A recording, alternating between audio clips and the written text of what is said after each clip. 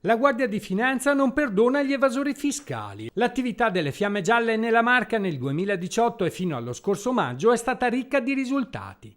Tra i principali l'individuazione di 174 evasori totali che hanno mancato di corrispondere oltre 32 milioni di euro di IVA. 71 datori di lavoro verbalizzati per avere impiegato 534 lavoratori in nero e irregolari. Nel corso dell'anno sono stati inoltre proposti sequestri di beni ai responsabili di frodi fiscali per quasi 140 milioni di euro. Sono questi i dati emersi in occasione del 245° anniversario dalla fondazione del Corpo.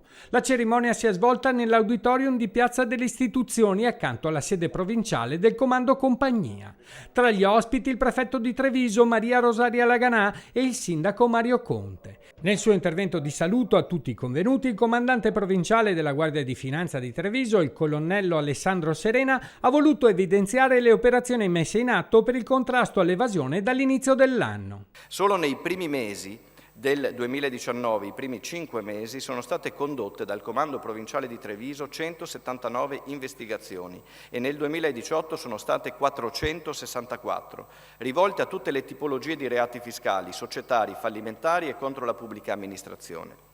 Nel contrasto agli illeciti nel settore della pubblica amministrazione, le Fiamme Gialle hanno scoperto danni erariali e risorse richieste o percepite in frode per quasi 13 milioni di euro. La denuncia di 24 persone alla Procura della Corte dei Conti, la verifica di contributi percepiti indebitamente per 284 milioni e altri 555 milioni bloccati prima che fossero elargiti con 38 denunciati, a cui si aggiungono 643 deleghe d'indagine alla magistratura, 816 interventi ispettivi coordinati con l'Agenzia delle Entrate e la scoperta di frodi per 740 milioni di euro, oltre al sequestro di 240.000 prodotti industriali contraffatti.